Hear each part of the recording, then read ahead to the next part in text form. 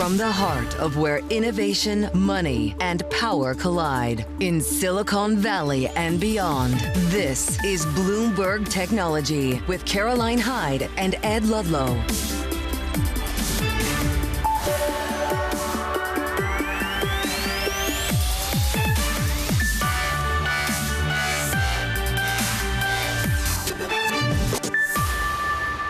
Live from San Francisco, this is Bloomberg Technology. Coming up, Nvidia drives a global rout in chip stocks after new US government restrictions on tech exports to China. Plus, Lyft buys its way into the European market with an eye on rolling out autonomous driving. And we speak to the president's chief technology advisor and director of the White House Office of Science and Technology Policy, Michael Kratsios. Again, it is the chip sector, semiconductors, where our focus is. New export controls and license requirements on two big names for the export of specific technologies designed for the Chinese market. This is the picture at the index level. We're down 3.5%. Clearly, some pain across the industry that's spreading. The key names are this: Nvidia and AMD, both of them taking write-downs in the first quarter. We'll get to the numbers very soon. Elsewhere, ASML is an earnings story out of Europe. It missed its bookings by almost $1 billion, and it's saying, we don't know how to quantify the impact of tariffs on our business. Their business, they are the biggest and most important maker of the machines that make the chips. Chip-making equipment. Again, we will go deep on that story in the show. Let's get to our top story. Nvidia and AMD have been hit hard by new US restrictions on semiconductor exports to China. Bloomberg Technology editor Michael Shepard joins us from DC. Give us the details, the license requirements, and I guess, Michael, what happens next for these two names? Well, what happened just now is the write-downs that the companies had to report. First of all, they are not small. Nvidia reported a $5.5 billion charge for the first quarter, AMD $800 million, and all from these new restrictions that they are now facing on the chips that they have designed specifically for the Chinese market. And these were designed to comply with previous rounds of U.S. restrictions on sales of advanced semiconductors to China. The goal for the administration and for the prior administration, too, has been to try to keep those sophisticated semiconductors out of Chinese hands, where they can help Beijing gain an edge militarily and give Chinese companies perhaps a way to gain ground on American hyperscalers and American advantage in artificial intelligence.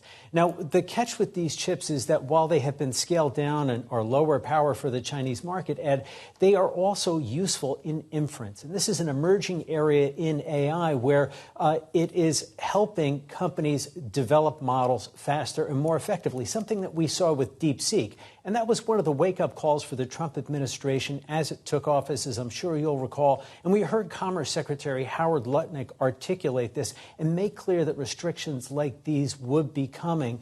And now we're seeing them today. And the companies, of course, are feeling the pain. And this is compounded, of course, by all the concerns about tariffs and elsewhere, Ed. Bloomberg's Mike Shepard in Washington, D.C. Thank you very much. The other big downward pressure on the semiconductor space is ASML, the world's biggest chip equipment maker, posting orders that missed estimates in a very big way. It has dimmed the outlook for the semiconductor sector overall, particularly with regards to anxiety about tariffs. Bloomberg's executive editor, Peter Elstrom, is in London, and it's a $1 billion miss, basically, on bookings. But what accounted for the miss, and what did ASML say about the impact of tariffs, principally, and efforts by the United States for ASML to bring some manufacturing to this country, Peter? Yeah, it's a big miss by ASML. And ASML, of course, makes the machines that produce chips for the likes of TSMC and Intel and Samsung. So they're kind of a bellwether for chip demand in particular. Now, the CEO, Christophe Fouquet, was pressed pretty hard on the earnings call that we were just listening to now, asking questions about what's driving this, what are the implications. One key factor is certainly this tariff uncertainty that we're seeing. It's not exactly clear what kind of demand is going to be generated in some of these areas, including artificial intelligence and other areas. Another key question is whether tariffs are going to be levied on the machines that ASML makes as they're getting shipped into the United States. The Biden administration, now the Trump administration, both want to build up the chip capacity within the United States. But that's going to be more difficult if TSMC and Intel and other companies have to pay more for these machines. At the same time, you're seeing some weakness in some of the key players here. Intel, of course, is struggling quite a bit. Even Samsung Electronics now is having a bit of a difficult time building up its capacity, has slowed things down. So you don't want to add additional costs on top of that. And just to give a sense of the scale, ASML's machines can go for $380 million. If you put a tariff on top of that in the range that the Trump administration is talking about, it could be $95 million in tariff costs. Now, Fouquet was very clear to say that the customers are going to bear the brunt of those costs. It's not going to be ASML themselves. But even if the customers bear those costs, it may slow them down a bit in terms of buying these machines and then deploying them. They may have to think twice about how quickly they're going to move ahead in building the kind of capacity that the administration actually does want in the United States. Bloomberg's Peter Elstrom in London. Thank you very much. Denny Fish is a tech investor with skin in the game. His funds at Janus Henderson count Nvidia and ASML among its top holdings. There's also TSMC, Broadcom, some of the hyperscalers, and Apple. Let's get the investors' take on technology export controls and tariffs. Good morning, Denny Fish. Were you ready for those headlines on Nvidia and AMD? No, I wasn't, particularly because there was reporting just a couple days ago that they had come to an agreement, the administration with Nvidia, that they weren't going to have these restrictions. Obviously, that was just a report, but it definitely took the market by surprise. I want to show a chart which is the proportion of Nvidia's revenue that comes from China. And clearly, the chart tells a clear story. In 2022, China revenues around 26%. Currently, 2025, we're down to 13%. I think many accept that this is headed towards single digit because of the impact of technology export controls. Does that matter to you as an Nvidia investor, Denny? Do you sort of worry about that and lay awake at night thinking about Nvidia's business in China? Well, two parts to that question. One is whether it matters to me as an investor, and two, do I lay awake thinking about China? I think the important thing is it's actually good to just get it out of the model, okay? So, I mean, we're kind of wiping it clean. We're taking a clean cut to estimates. And to your point, the revenue contribution from China has come down materially over the last few years. I think something else that's important is that there's something that's it's called the diffusion rule that is supposed to come into effect in the month of May. And effectively what that is, that just puts a quota on the number of GPUs that certain countries can actually buy. Now, one might think that potentially the diffusion rule could be relaxed somewhat. That could benefit NVIDIA. The other thing that's just kind of puzzling about all of this is that in some ways, this makes no sense at all for the administration to do. And why is that? Huawei already produces a chip that's somewhat comparable to the H20 that is actually the customized chip that NVIDIA has been selling in to China. And as a result, they're just giving the market to Huawei. And so they're penalizing a U.S. company by restricting a chip that's not even that competitive relative to a locally supplied chip. So, we've already thought about this, pretty extensively. We didn't know if we would get a full cut, but I think, the direction of travel was clear. Contribution from China was going to go way down. And, because we're still supply constrained, NVIDIA has the benefit of being able to redirect wafers to other areas where they can actually sell more powerful chips and chips with higher gross margins. The goal of this administration appears to be to shift more to the United States, be it localized fabrication of the core chip, assembly, whatever it may be. And so the companies will face the higher cost of doing business in this country, or they will face 25%, 35% net tariff somewhere else.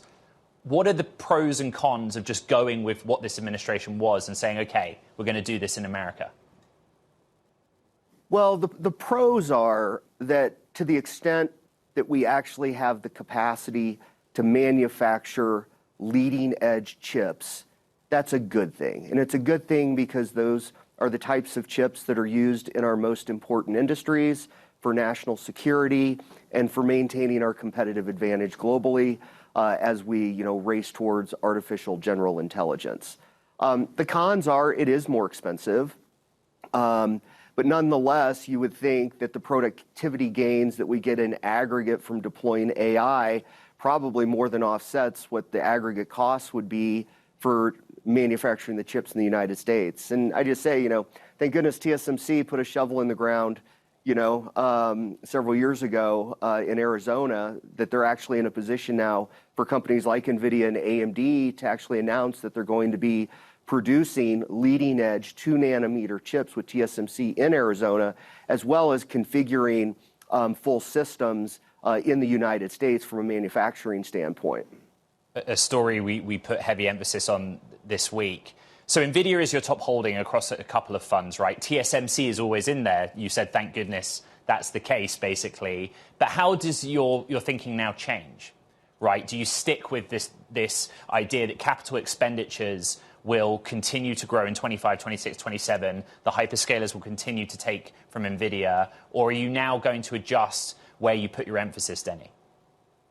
Well, we take the data as it comes, but most importantly, I think if you just look at the most recent comments out of Nvidia, where they just had their GTC conference, if you actually parse through the comments from ASML today, and you parse through the comments that we've heard from hyperscaler CEOs, we don't see signs of a slowdown in AI CapEx. And so now the growth may slow, but nonetheless, the signs still support healthy growth in AI CapEx. But like I said, we'll take the data as it comes, but ASML was still optimistic about AI. And, it's really the lagging edge stuff, analog chips and so forth that go into industrial and auto and things like that, that still, continue to be soft. And yes. I will remind you, I know this is different with the tariffs and the geopolitical situation, but just rewind the clock 1 year, and ASML, same thing happened. They missed bookings. The stock was down, and then because the bookings are really lumpy, and then bookings just reaccelerated throughout the year. And they're doing some really cool stuff. And, one of the things they talked about is, one of the reasons that, they can continue to drive higher pricing for their EUV and high-NA EUV is because they're starting to do what's called single layer. And what that effectively does is it increases the throughput, it's more valuable, and therefore they can charge a higher price. Better technology, charge a higher price. Denny Fisher, Janice Henderson, it's great to have you back on the program. Thank you very much. Now, coming up here on Bloomberg Technology, Lyft is expanding outside of the US and Canada. We have CEO David Risher on the company's European acquisition. That's next. This is Bloomberg Technology.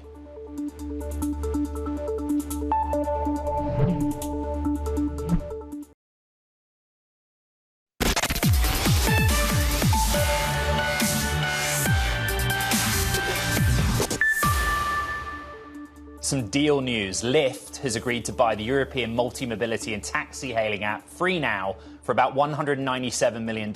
It marks its first global expansion beyond the US and Canada. Lyft CEO David Risher joins us now. I've been using Uber, your main competitor, in Europe for a really long time. I've been going in taxis in Europe for a really long time. Why acquire FreeNow and not just launch the Lyft app in that jurisdiction? Because FreeNow is a great company that's got great relationships all across Europe in the really important taxi industry. I mean, look, so Lyft, as you know, Ed, you've been following us for a while. We're in a stronger position than we've ever been. We're picking riders up faster than we've ever picked them up before. Drivers are making billions on the platform in the US and Canada. And so now's the right time for us to go global. And what's great about it is it expands our market, doubles our market, and it allows us to plug into, as you say, the taxi world, which is a huge, huge part of the European mobility scene. Tomorrow, I think I'm right in saying, is your 2-year anniversary at Lyft. Good memory, you're right. Years, and you have fixed the finances of that company to an extent, but the data is so key, right? Uber has, 1 million drivers in Europe, and I think FreeNow has about 150,000 registered taxi drivers, 9 cities.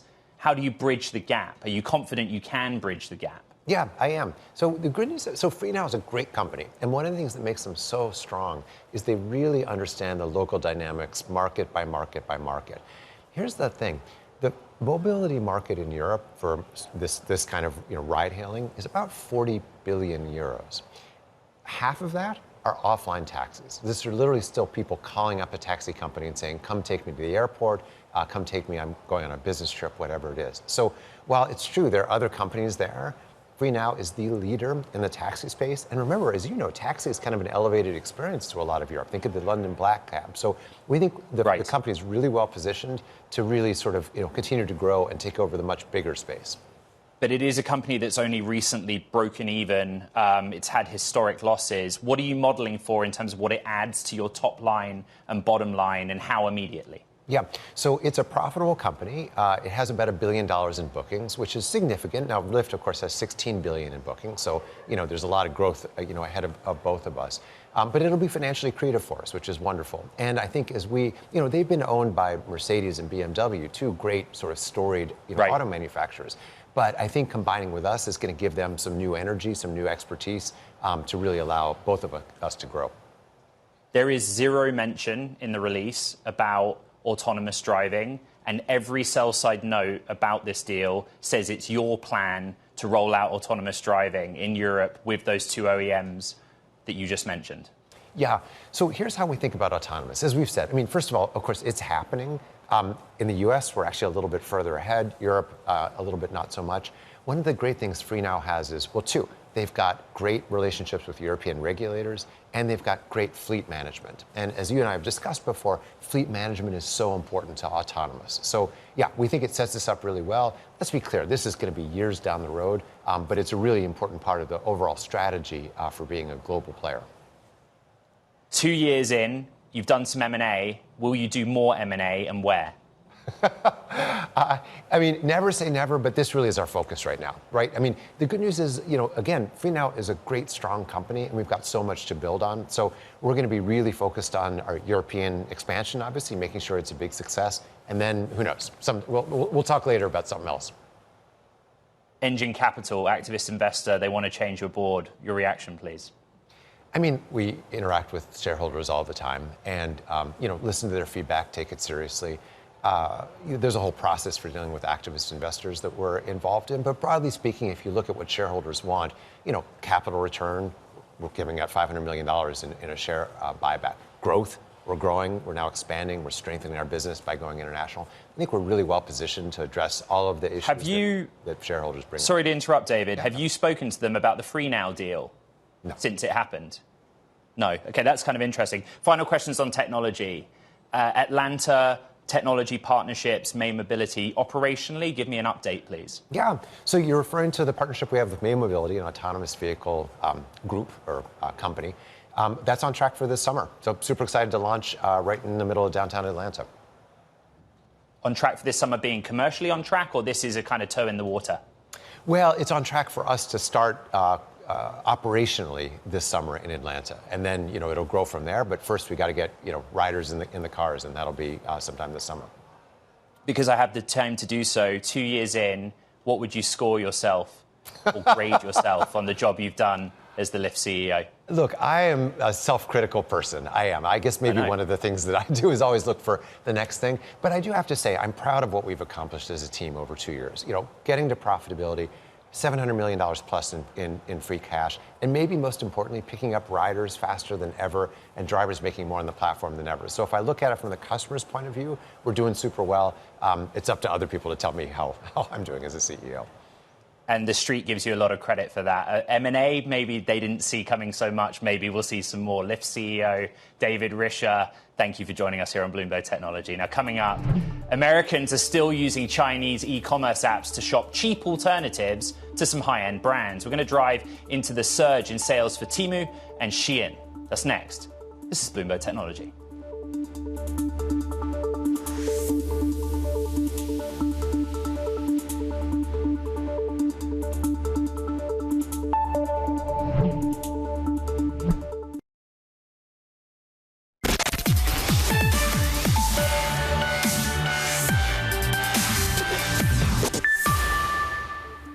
A trade war won't stop Americans from shopping on Chinese apps. Revenues surge for both Shein and Temu this month as US shoppers anticipate price increases due to tariffs. Bloomberg's Lily Meyer joins us and covers the retail beat. This is really interesting data. A lot of people in my world use both of those apps. I don't. What are we learning? Yeah, it seems like these apps are seeing a lot of success and people are going to them as tariffs are starting to loom.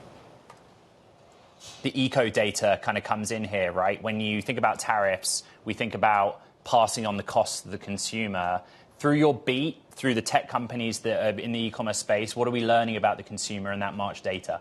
Yeah, absolutely. So it seems like the consumer is looking to spend right now.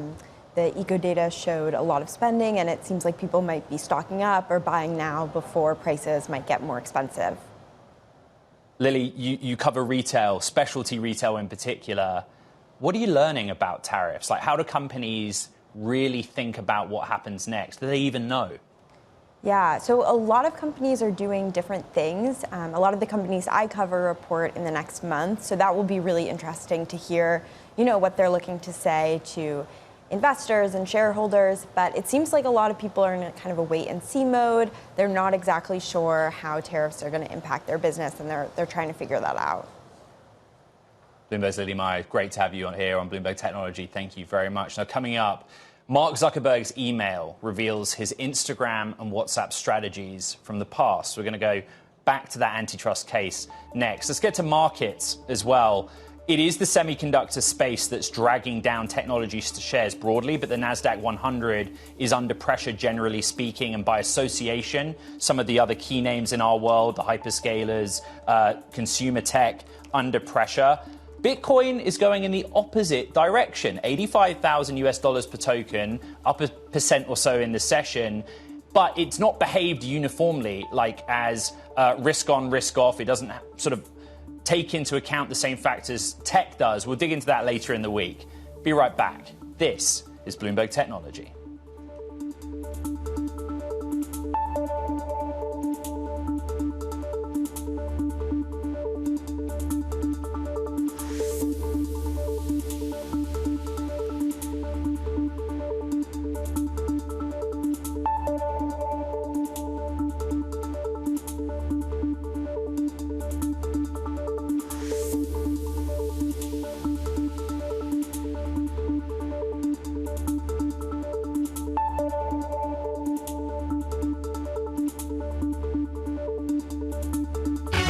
Season is here. Earnings season begins. Is corporate America in a good place? Wall Street is bracing. Bloomberg is first to break the numbers. We got Delta, Constellation Brands. The wave of big tech earnings. We've seen a re-rating of earnings estimates. I got to pay special attention to all this. With the smartest insights. Given the degree of uncertainty, you haven't really cut earnings estimates that much. Anyone who says they have certainty on where the growth outlook is going, where earnings are going, is probably exaggerating. Continuing coverage on Bloomberg.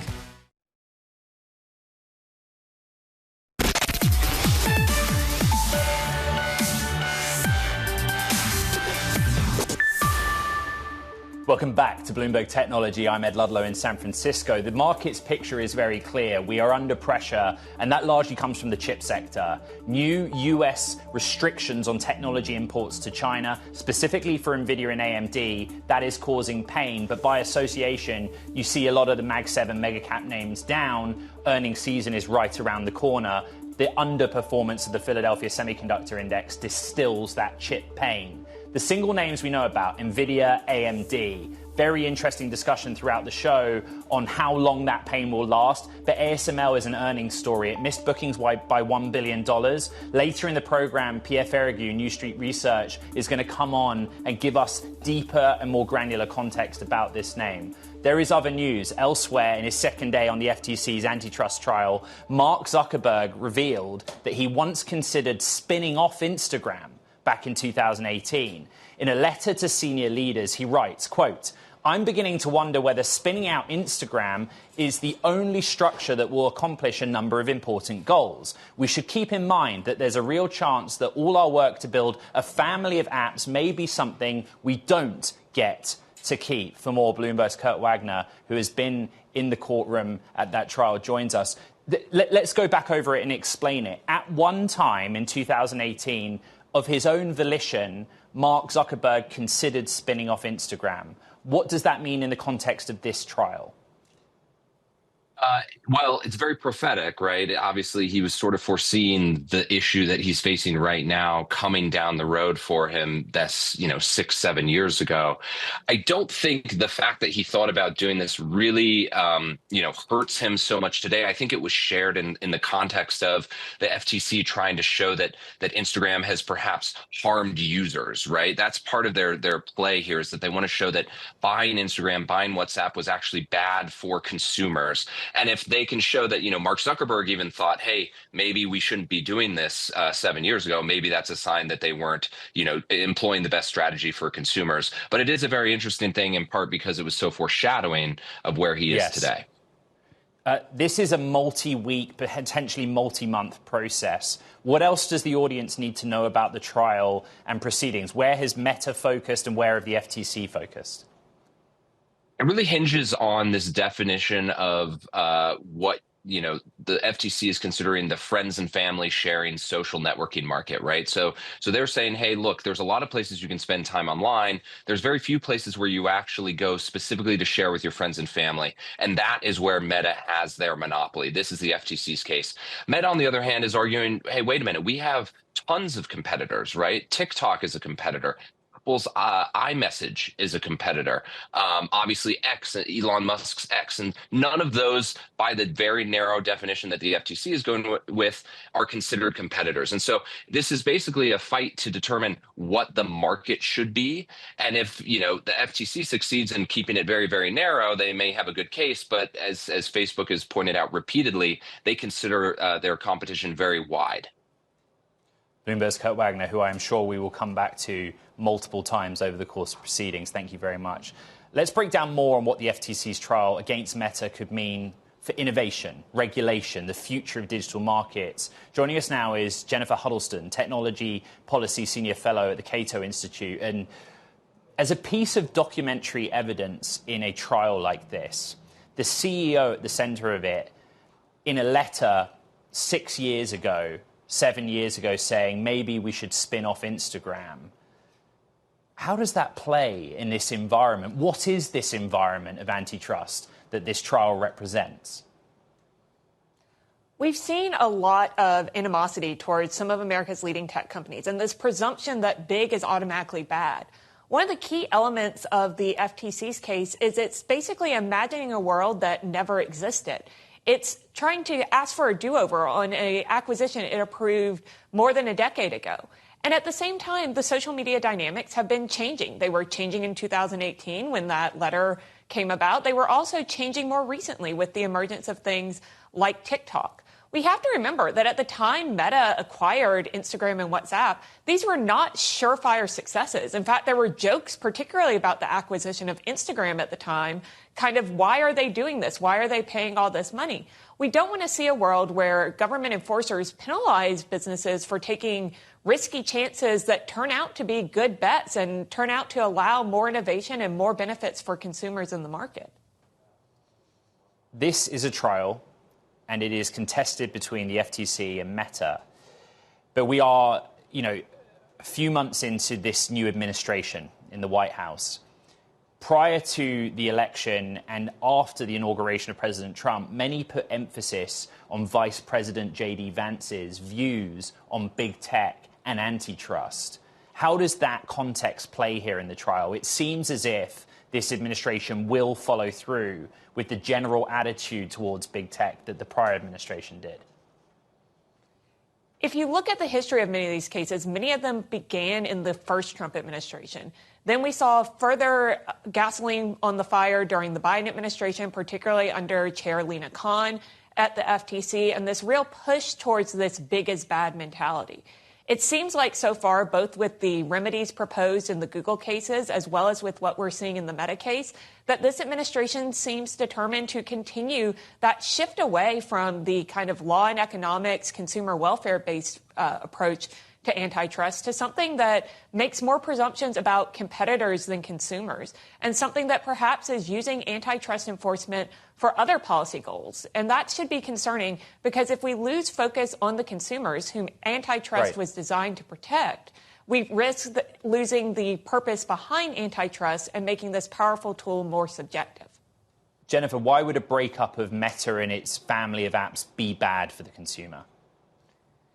I think that's what's really at the heart that we need to remember when it comes to this case. You'd lose certain cross-functionality that consumers like, but you also would have companies with fewer resources to engage in research and development technology, to engage in rolling out new features that consumers want in the time that AI is disrupting things, but also fewer resources to do some of the things that consumers have expected around things like young people's online safety. And finally, you might have companies that have to rely more on data and advertisers because they no longer can share those resources. And so they would have to actually shift more towards using their consumer data and more on doing what the advertisers want rather than what their consumers want.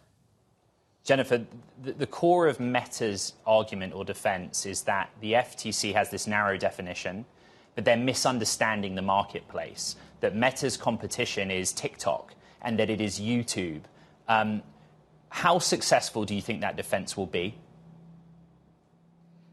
The FTC is seeking a really narrow definition of personal, friends, and family social media networks, which is a definition I don't think the average consumer thinks about. And it's something that, if it's successful, could potentially lead to larger disruption in the social media marketplace.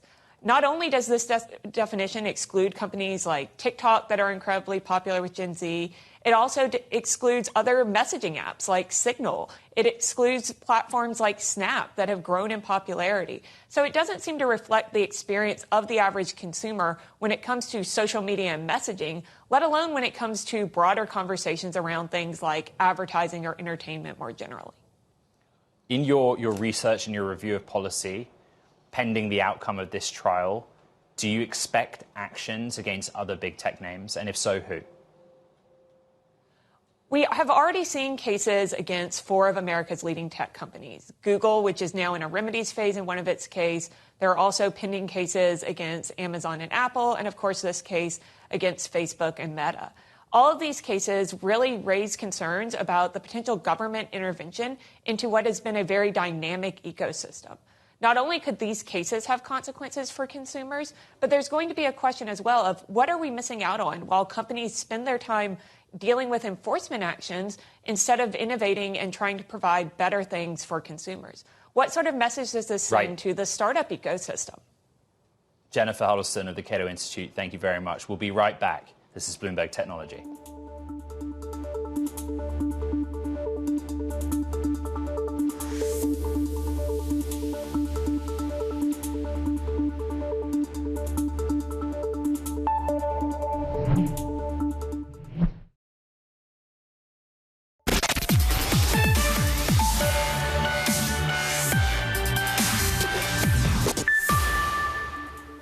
The United States will have to make a creative R&D push while making, quote, smart choices with budgets to stay ahead in the AI race. Those were the first public remarks by Michael Kratsios, advisor to the president and White House Office of Science and Tech Policy Director, since his confirmation in March. The main message on strategy for tech: promote and protect. Mr. Kratsios joins us now. Specifically, what do you mean by smart choices? This is a time where budgets across federal government are being cut. Some tools and examples, please, Mr. Kratsios. Thank you so much for having me, Ed. I think if you zoom out a little bit, the message that we were trying to share in Austin a few days ago was this question of how does the U.S. ensure its position as the global leader in critical and emerging technologies? And in order to do that, you have to do 2 major things. You have to do promotion and protection. And the key pillar of the promote agenda is around being more creative in the way that we spend federally funded research and development dollars. For far too long, these R&D dollars have been spent in the same ways by the same agencies, going to the same types of research. And there's a lot more that we can do in all sorts of things like prizes and challenges, advanced market commitments, or even fast track action grants, where we can actually worry a little bit less about how much and more about how we actually deploy these dollars in ways that we can ensure we're making the best discoveries here in the United States for years to come. We've reported a lot on DOGE. That's the context, right? The work to cut waste in government. But very specifically, Mr. Kratsios, do you call for support an increase in R&D budgets, growth in R&D budgets? Again, the most important thing we have to do is make sure that we are prioritizing our R&D budgets. Spending a lot of money on the wrong things is far worse than spending less money on the right things. So what we do at the White House in coordination with the Office of Management and Budget is help set research and development priorities for the country. The president spelled these out in a letter that he sent to me 2 weeks ago, and the ones that he did call out were artificial intelligence, quantum computing, and nuclear, to name three. And you can imagine that in future budget cycles, these are areas that we're going to be prioritizing because those are key to our national economic security. Are those priorities achievable, AI leadership from America, with the tariffs that we have in place and the technology export controls, some of which were amplified overnight on the likes of Nvidia and AMD? Absolutely. If you think back to the strategy that we discussed a couple of days ago, in order to achieve this leadership position, we have to do both promotion and protection. On the promote side, we talked a little about the R&D pillar. The second piece of that is around deregulation. For far too long, especially in the last administration, a lot of our regulatory policy has been driven by the spirit of fear, this idea that we should be worried about these emerging technologies. And what the president and the White House has said many times is we have to make sure that we lead in this technology and actually deploy it. And then on the protect side of the equation, we have to make sure that we're not giving our adversaries the critical tools that could help them try to catch up to us in this race. We know that the PRC is attempting to catch up with us in things like artificial intelligence, and there's no reason why we should be helping them do so. So that's why in order to kind of achieve this U.S. position of leadership in artificial intelligence and other emerging technologies, you have to have a balanced promotion and protection agenda. Nvidia and AMD now face the situation where they have to apply for licenses to be able to export H20 and MI308 to China. And the administration's argument was they could end up in supercomputers. The company's argument is these are much lower performance. And one idea is that if they haven't got access to American technology, China will simply champion a domestic name. Huawei has a similar accelerator. How will you advise the president on whether or not AMD and Nvidia should be granted those licenses to export lower performance accelerators to China? Yeah, I'm not going to opine on the specifics there, but I will say that there has been a track record of a wide variety of chips being used to drive the development and training of what are almost frontier-level open source models by companies within the PRC. And as we think about our protect agenda, it's critical that we develop an export control regime that is simple and clear and is one that we enforce very, very strongly. One of the elements of promote is to bring manufacturing of lead-edge chips and assembling of compute systems to America, right, Mr. Kratsios? And ASML is in the spotlight as an example because of its earnings report overnight. Would this administration consider an exemption of tariffs on the leading chip equipment maker in order that they might be able to do that, bring more of their activity to the United States? Again, I can't opine on specifics, but I think what we saw from the news last week on Nvidia, there is a continual effort, and we see that from all around the world, of people wanting to bring manufacturing and these core sort of bleeding edge technologies back here to the United States. And that's something that the White House is very proud of and something that we have seen across industry. The policies that the president and our trade team have implemented is one that is actually proving true. In just a few short days, we've had so many great announcements about companies coming here to build and manufacture these critical technologies in the U.S. And I suspect that we'll be seeing a lot more of those in the months and weeks ahead. There is some confrontation between the administration and leading academic and research institutions. Harvard is an example. How does the potential of cutting budgets at institutions like that impact America's competitiveness in the field of research? I reflect on Jensen Huang's comments, I believe in March at GTC, that, well, more than 50% of the AI research is either being done in China or by Chinese nationals. And yet here in America, we have some debate about funding for these institutions. Yeah, I want to make sure we don't necessarily conflate two separate issues. To me, I don't think this is particularly hard. there is no reason why we should be supporting anti-Semitism on college campuses or tolerate that. I think we can be intolerant of anti-Semitism on university campuses and also support the academic research enterprise. Those two things can happen simultaneously.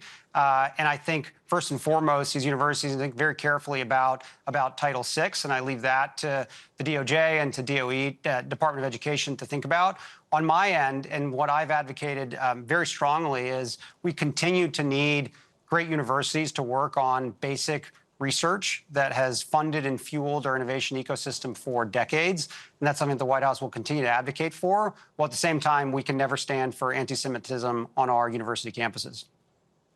Mr. Kratsios, as part of your office's request for information, several AI companies submitted responses to you asking basically to preserve their ability to learn from copyrighted material. We're talking about those training frontier models, foundation models. Very simple yes or no, if you will. Is copyright reform on the table as part of this president's AI action plan? And how would you advise him on that, please? Yeah, we were so delighted with how many responses we got to the AI action plan RFI. I think in the coming days, we'll hopefully be able to release all of those responses. It was many, many thousands, and it just showed how far and wide the community is that wants to think about and help shape the national agenda for artificial intelligence. And obviously, copyright is going to be one of the issues that that many people commented on over the last few months. Mr. Kratsios, copyright reform, yes or no? Again, I think we could not be more thrilled with how many people commented on all sorts and all facets of the AI agenda. And this is one that we had a lot of commenters send us some very interesting and detailed thoughts on. The president has spoken with admiration about Jensen Huang and Nvidia's leadership. Just as our audience, Bloomberg Technology, gets to know you, Mr. Kratsios, and your work in the White House, have you had the opportunity to meet with Jensen Huang and his peers about what they plan to do in America and also critical markets for them, which once included China? I have, yeah. In the first 2 weeks after my confirmation, I had the opportunity to meet with most of the leading technology industry CEOs and chat with them about how we can together usher in this golden age of American innovation that the president has called for. With Jensen specifically, he's a tremendous thinker, and one of the great things that we connected on is the question of AI for science. There's been this extreme fixation on thinking about the protect side of the agenda when it comes to specific semiconductors. But I think another equally more and maybe even more important part of the problems we face ahead of us, or the challenges, is how can we actually implement this technology to drive transformational change for the American people? And Jensen and Nvidia, he was extraordinarily excited to help us think through and see what we can do more on driving scientific discoveries through AI. And it's something that I will be encouraging Secretary Wright with our labs and Ponch at National Science Foundation, so many of our other leaders, to take more seriously, because we have to do better. Michael Kratsios, White House Office of Science and Tech Policy Director. Thank you. Look forward to speaking more over the coming years. OK, I mentioned ASML shares trading significantly lower. The company posting a sales miss that was almost €1 billion less than expected. Pierre Ferragu of New Street Research, head of global tech infrastructure, is with us. There are people out there, Pierre, and it's good to see you again, that are a bit more sanguine, right? Orders can be lumpy. But the thing that's spooky to many is the inability to quantify tariff impact. How are you modeling for that in ASML's case? Yeah, I think you're making a good point. The way I model it is by actually modeling orders coming down in the near term, because while you're not too certain about tariffs, in some industries, you could see people like front-loading orders before tariff gets into place. It doesn't work very well with these very large pieces of equipment. And then the second approach is to actually wait and see and be more careful. In the long run, modeling like tariffs requires you to take a view on what the tariffs are here for, what the US administration wants to do with these tariffs. And so if you listen to them, they want to encourage changes in behavior with trade partners. They want to bring back to the US or to reliable partners manufacturing, and they want to create additional revenues. And if you put that into motion around semicap equipment, what you see is that none of these objectives are going to go against the ability for the US to build actually the AI infrastructure and to continue to let, the manufacturing of leading edge semiconductors like memory chips and logic chips, yes, as they built up in the US, you still need to continue to have like technology advancing everywhere in the world. So I'm not too worried about the impact of tariffs on semi-cap equipment. You heard Mr. Kratsios decline to answer my question on whether there would be an exemption for chip equipment makers. But Mr. Fouquet was very clear. We will assemble in the Netherlands. Does the administration have a say on what ASML does in this case, Pierre? They definitely have a say. I think if they give a phone call, the phone call will be taken. The specifics of ASML tools is that it's very unlikely to see like the final assembly of these tools moving away from the Netherlands the same way.